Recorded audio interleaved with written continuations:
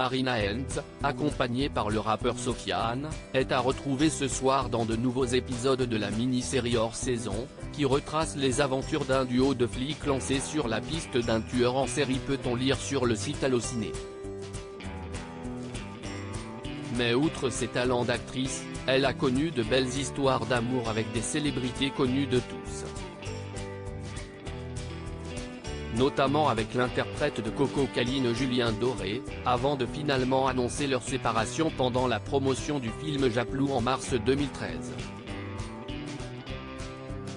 Un film sur lequel elle a recroisé la route de Guillaume Canet, avec qui elle avait vécu un amour de jeunesse.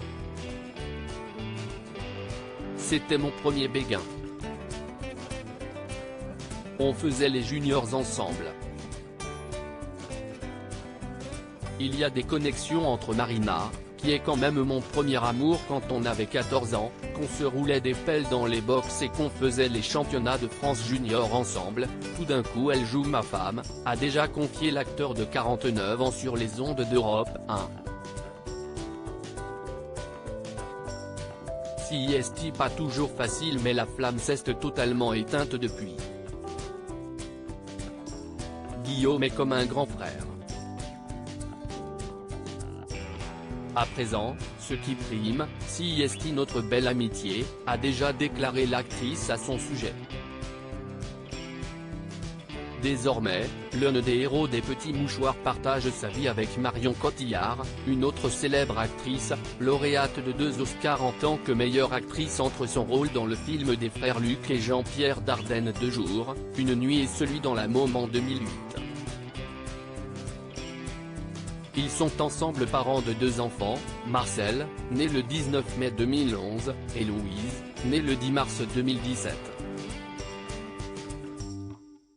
À noter que le parrain de cette dernière n'est autre que l'acteur Gilles Lelouch. Mais depuis de nombreux mois, si est l'expression silence radio qui résume le mieux possible leur relation. Il faut remonter à l'année dernière, au mois d'octobre, pour que l'un d'entre eux s'exprime sur leur histoire, en se montrant très franc et pas forcément très positif. Le secret, si est aussi des périodes très compliquées, comme on en a vécu beaucoup aussi, et comme dans tous les couples. Il s'agit de savoir si on a envie de se battre ou pas, et si est pas toujours facile, avait alors déclaré l'acteur sur Canal+.